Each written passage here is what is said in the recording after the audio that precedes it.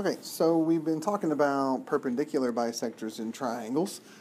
Let's turn our attention to angle bisectors of triangles. They're going to create some different figures for us. We're going to have to try to keep them straight from perpendicular bisectors and what those guys create when we draw them into a triangle. But we also want to take a look at a couple of theorems that help us see the distance relationships with these angle bisectors. Okay, so that's kind of the point here. Remember, angle bisector is a ray that divides an angle into two congruent adjacent angles, right? We've done this. We've actually constructed angle bisectors before, and we've used angle bisectors in the past. So just want to bring that back to the forefront of your mind. The other thing I want you to keep in mind that the shortest distance from a point to a line is the length of the perpendicular segment from the point to the line. Okay? In other words, if I have a point here and some line here, and I want to know the distance from that point to that line, well, I'm not going to measure the distance from here out to here, right? That's not how we're going to measure that distance. Instead, what we're going to do is we're going to measure the distance from this point to this line here.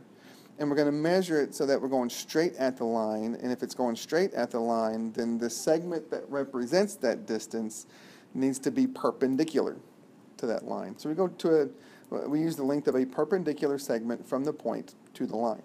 Okay, and I think that makes enough sense. We just have to remember that. Okay, now our theorems. There are two angle bisector theorems. There's the angle bisector theorem and then the converse. And just like every other time before, which theorem we're using depends on which piece of information we know and what we're trying to conclude. So here, the angle bisector theorem lets us know in the hypothesis that we would know if a point is on the bisector of an angle. And if we knew that, right? So if x is, in this picture that's going to come up, if x is on the angle bisector, then what we would know is that x should be equidistant from the two sides of the angle. Remember, equidistant means same distance. So that point x, which is on that angle bisector, is going to be the same distance from ray AC as it is from ray AT. And what we just talked about was that in order to measure the distance from point x to those sides, we need to go straight at it or at a perpendicular, right? So what we would know in a diagram is that if x is on this angle bisector, and we know that because of these arcs, then x is the same distance from ray AC as it is from ray AT, and we show that by drawing in these segments to represent that distance. And those segments need to be perpendicular to the sides of that angle, and we need to show with tick marks that those two segments are congruent. So if we know x is on AR, then we know that x is the same distance from those two sides. Okay? Now, the converse is also true, and the converse says, all right, if we know that a point is inside an angle in the interior of an angle and is equidistant from the sides, then it has to be on the angle bisector. So again, it's what you know first and then what you get to conclude. So if we're going to use the converse, then we have to know that x is in the interior of an angle and that it's equidistant from both sides, AC and AT. If that's true, then we can conclude that x is on the angle bisector. So what would we know first? Well, we'd know that x is on the interior of this angle and that x is equidistant from those two sides. So we would have to know that these two segments are perpendicular to the two sides and that those two segments are the same length to show distance from x to those sides. If that's true, then we know that x has to be on this angle bisector. Then we would conclude that. Okay? All right. Those are the two theorems. So, how do we use them? Okay? In this particular example, we want to find the measure of angle HFJ. Well, HFJ is here. Okay? Well, what do we know about the picture? In the picture, we know that J is on this segment that is perpendicular to side FG, and it's on this segment that is perpendicular to side FH. So those segments are representing the distance from point J to those sides. And then we also know that that distance apparently is the same. So since J is equidistant from the two sides, then it has to be on the angle bisector. So that means that this is an angle bisector. If this angle is 40 degrees, then the measure of angle HFJ has to be 40 degrees. And we're using the converse, if anyone ever asks, we're using the converse of the angle bisector theorem.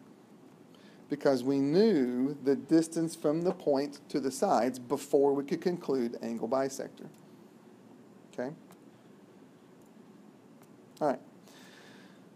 In this example, we want to try to figure out for what value of x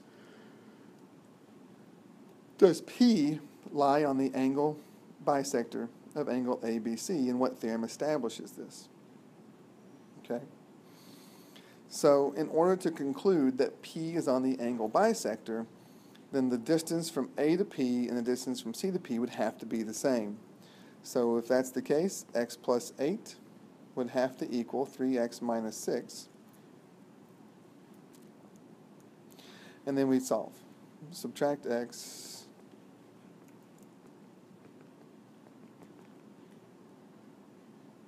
add 6, divide by 2, and x would be 7. Of course, you'd want to plug this in and make sure that this is true. Plug in 7 here and you get 15, and you plug in 7 here and you get 15 again, so those two links are the same as they should be. Okay? What theorem establishes this? Again, we're using the idea that P is equidistant from the sides. That means it's on the angle bisector, so we're using the converse to the angle bisector theorem. Okay? All right. Now, next, is there enough information to conclude that QS, ray QS bisects angle PQR? So, again, in a diagram, how would you know this for sure? Well, we see that the distance from point S to point R is the same as the distance from point S to point P. However, what we're missing is that that distance is the true distance from that point to the ray QP and QR. We don't know that because we don't know that we're going at a perpendicular. We would need to see some right angle boxes here to know that SP was perpendicular to ray QP and segment SR is perpendicular to ray QR. Since we don't know that, no, there's not enough information to know that S is on the angle bisector. Okay? We have to have all that information. Okay? Now, an example of how this can be used, and this is kind of, I don't know, not really a silly example. It's definitely something that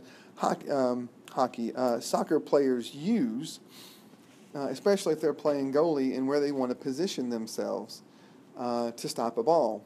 There are a lot more uses of this angle bisector in terms of navigation and things like that. Okay, but here, a soccer goalie's position relative to the ball and goalposts forms congruent angles as shown, right? I think the idea is that this ball is sitting right out in front of, directly in front of the goal. It doesn't look that way, but that's sort of the intent, I believe. So will the goalie have to move farther to block a shot behind the right goalpost or the left goalpost? Well, because the goalie is on the angle bisector, then the distance to the two sides is going to be the same. And so I think this picture is supposed to let us know that the distance from the goalie to these sides is the distance from the goalie to these goalposts. If that's the case, then he's not going to have to travel farther for either one of them. They should be the same distance away. And that's because, again, the goalie has positioned himself on the angle bisector. Okay, and that's good. You don't want to have to go farther to one goalpost as you do the other one. It leaves too much of an open shot. Okay? All right. Another theorem. Just like perpendicular bisectors in the last section, if you draw those in, they are concurrent. So are angle bisectors. If we draw in the angle bisectors, then they're concurrent as well. And so, when we draw those in, they all intersect at this point P. Now, what we know from this theorem is that that point is equidistant to the sides. So these three segments are all going to be congruent.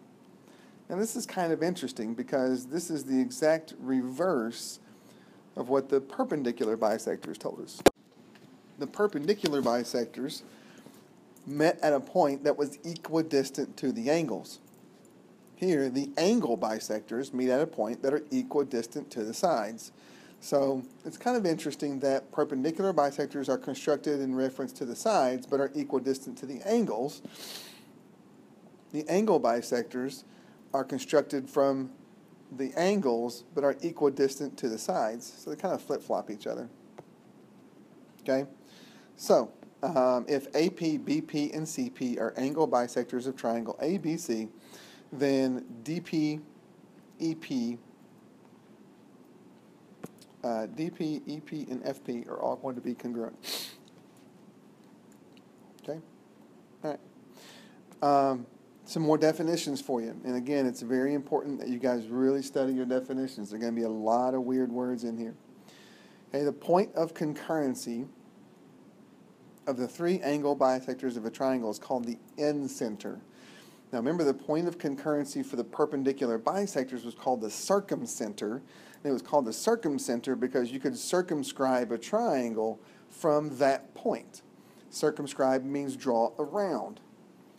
Incenter so the point of concurrency of three angle bisectors is called the incenter, and we're going to see why in a second. So the incenter also different from the circumcenter because it always lies inside the triangle, always.